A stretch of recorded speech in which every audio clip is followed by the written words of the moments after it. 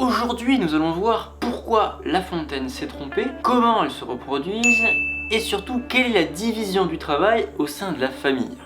Aujourd'hui, nous parlons des animaux, de la classe des insectes, de l'ordre des hyménoptères et de la famille des Formicidae. La Fontaine s'est plantée sur l'une de ces fables et nous allons voir pourquoi avec cette vidéo. Bienvenue dans le Cinétrap numéro 13. Si tu ne me connais pas et que tu me découvres, moi je suis Riblocage et ma mission est de restaurer les savoirs perdus. C'est parti, commençons.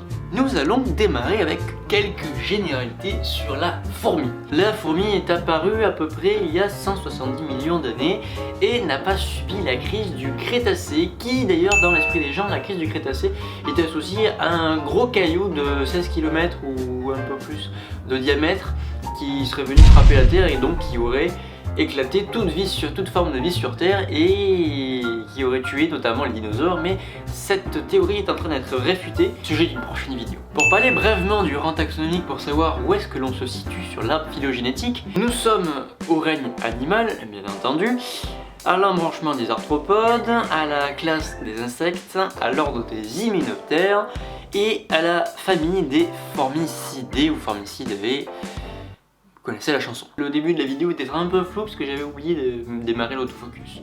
Désolé. Nous, les Homo sapiens, sommes quasiment 7,8 milliards d'humains sur Terre et des milliards de fourmis. C'est un chiffre qui peut s'approcher du quadrillion de fourmis. C'est un chiffre plutôt énorme.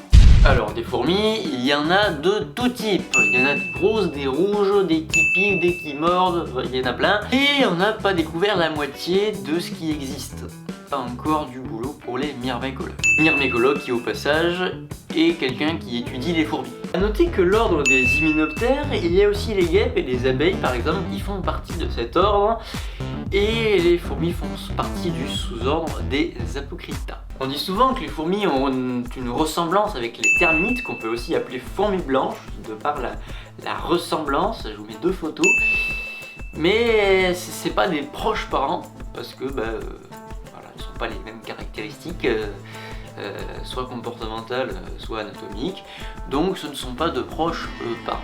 Alors, qu'est-ce qu'il y a de super bien avec les fourmis? C'est qu'elles sont cosmopolites et qu'elles ont colonisé à peu près tous les milieux. C'est génial, donc vous qui regardez cette vidéo, même si vous êtes au fin fond de l'Inde, il y aura des fourmis. Alors il y a des fourmis peut-être un peu plus féroces qu'ici en France, mais des fourmis quand même. Oui, alors petite précision, elles ont colonisé tout, sauf les trucs très froids, du genre l'Antarctique et le Groenland. Hein. Merci Michel pour cette super intervention. Et après avoir fini l'ensemble des petites généralités, nous allons passer sur un petit peu plus d'informations. Ah, on va prendre des choses formidables.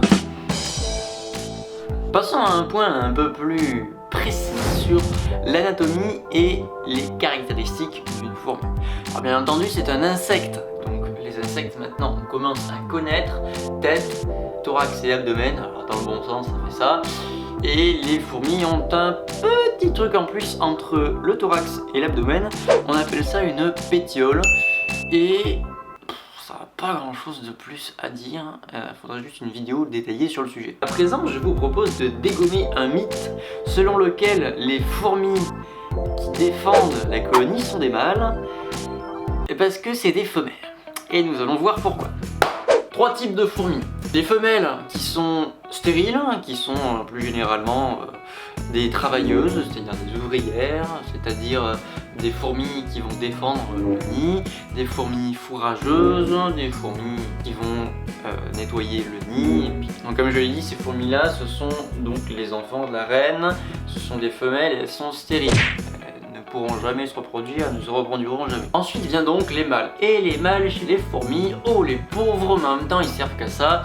Ils sont tout petits, ils savent pas se nourrir tout seuls et ils ne servent strictement qu'à la reproduction, c'est-à-dire que dès que les fourmis n'ont plus besoin des mâles, elles le laissent mourir parce que comme il ne sait pas s'alimenter tout seul, eh ben il crève de faim, tout simplement. Donc juste après l'accouplement, le mâle il crève. Ça c'est fait. Et donc ensuite il nous reste une catégorie de fourmis qui est la reine, donc la princesse plutôt, puisque dès que la princesse est fécondée, on appelle ça une reine. C'est important pour le vol nuptial de faire la distinction, nous verrons ça tout à l'heure. Et la reine, c'est généralement quand même un gros morceau, hein. Alors t'as sûrement oublié de dire un truc, c'est que les princesses, donc, quand elles naissent, elles sont ailées, sont dotées d'une paire d'ailes, tout comme les mâles d'ailleurs. Vous voyez la corrélation là? Et quand elles deviennent reines, elles s'arrachent leurs propres ailes, car elles en ont plus besoin. La princesse ailée et le mâle ailé sont donc plus communément appelés par la majorité des mortels des fourmis volantes. La princesse va aller chercher un mâle pendant le vol nuptial, donc elle va sortir de la colonie avec ses petites ailes pour aller chercher donc un mâle d'une autre colonie, et ça couple qu'une seule fois dans sa vie. Pour donner le nombre de descendants qu'elle va donner, elle va stocker toute la semence du mâle dans une spermathèque. C'est comme une boîte dans laquelle sont stockés le matériel génétique pour pouvoir, dès qu'un œuf est produit, le féconder ou non. Une fois que la princesse a été fécondée par un mâle, elle va donc retomber au sol et pour celles qui survivent, va fonder une nouvelle colonie. Pour ça, pour fonder cette nouvelle colonie, elle va arracher ses ailes, soit d'elle-même, soit va demander à une de ses filles d'arracher ses ailes. Car elle n'en aura plus besoin, elle sera terrée au fond d'un trou pour le reste de sa vie à pondre des œufs. Donc au début, la princesse devenue reine se pose au sol et commence à creuser un trou pour pondre ses premiers œufs. Et là, l'aventure commence, c'est le début de la grande famille des fourmis et ça va être une nouvelle colonie qui va être créée. Petite anecdote sur les reines qui peuvent pondre des œufs, la fourmi légionnaire, elle peut pondre un œuf par seconde, ce qui sur l'ensemble de sa vie lui fait une descendance de plus de 300 millions de descendants. C'est énorme pour une fourmi. Enfin, chez la plupart des fourmis quand même, une fois que la reine se met à pondre, elle va pouvoir donner naissance à des ouvrières qui vont l'aider à fonder le début de ses colonies. Qu'a dit La Fontaine, c'est que toutes les fourmis travaillaient extrêmement dur, ce qui est quand même un peu faux, parce que 20-25% de la colonie qui ne fait rien. C'est-à-dire ce sont des fourmis chômeuses et qui ne participent pas à l'agrandissement et au bien-être de la famille parce qu'elles se prélassent au soleil ou elles n'ont pas de tâches particulières.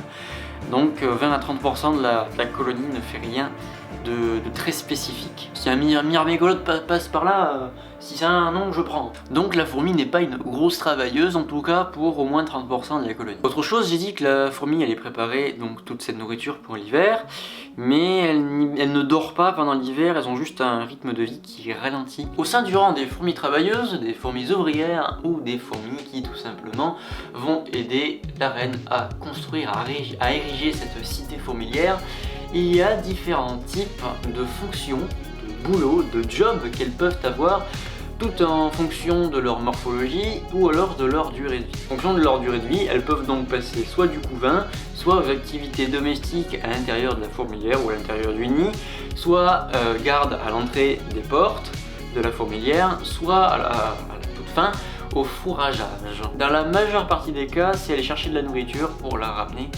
Mais certaines fourmis sont, agricultrices et ont inventé l'agriculture bien avant nous. Notamment les fourmis qui ramassent des feuilles. Donc, car les fourmis vont découper avec leurs mandibules des feuilles pour pouvoir les amener dans la fourmilière. Et une fois dans la fourmilière, un champignon s'installe sur ces feuilles-là. Et ce champignon, en fait, quand il va grandir, il va se nourrir de ces feuilles que les fourmis lui ont ramenées. Et c'est une forme de symbiose car les fourmis vont se nourrir grâce à ce champignon. Au niveau du développement, dès que la reine va pondre un œuf, il va se transformer petit à petit en larve et la larve est dépourvue de pattes. Certaines larves d'ailleurs, chez certaines espèces, produisent de la soie et les fourmis donc les sortent du nid et créent des nids de fourmis en hauteur en joignant plusieurs feuilles grâce à la soie des larves. Très joli, je vous mets une image. Nous allons passer au dernier stade avant de passer chez les adultes qui est la nymphe. Et la nymphe ressemble à ça, qui se transformera donc en adulte par la suite et pourra être assignée en fonction de sa morphologie à une tâche bien précise qu'on a vue juste avant. Après, une question se pose. Une fois que la fourmi est adulte, les caractéristiques des fourmis données à l'âge adulte découlent directement du régime alimentaire qu'elles ont eu pendant leur jeunesse, pendant leur développement en fait. Maintenant, la reine, comment elle sait quel sexe elle doit donner pour ses enfants pour qu'il y ait des mâles et des femelles, princesses ou que ce soit des fourmis qui travaillent, qui défendent, qui machin. Partons d'un œuf. Si cet œuf-là est fécondé, il sera donc diploïde et ce sera une femelle. Si l'œuf maintenant n'est pas fécondé, l'œuf sera haploïde et ce sera un mâle. Comment la fourmi fait ça? Tout d'abord, vous devez savoir qu'au processus de ponte, donc il va y avoir un sac avec les ovules, un tuyau qui va aller du sac jusqu'à derrière, et au milieu il va y avoir donc la fameuse spermate. La fourmi, pour choisir si elle va donner naissance à une femelle ou un mâle, il lui suffit pendant le passage de l'ovule de laisser passer un ou plusieurs spermatozoïdes en fonction à côté de l'ovule en ouvrant la porte de la spermathèque pour que cette ovule soit fécondée et qu'à la fin cela donne un mâle. Donc si cette vidéo t'a plu, n'hésite pas à cliquer sur le bouton s'abonner, à partager cette vidéo parce que quand même, faut leur dire aux gens que les fourmis elles dorment pas en hiver, qu'elles travaillent pas à mort pour pouvoir faire des réserves. Parce que zut, la fontaine elle a tout pété. Voilà.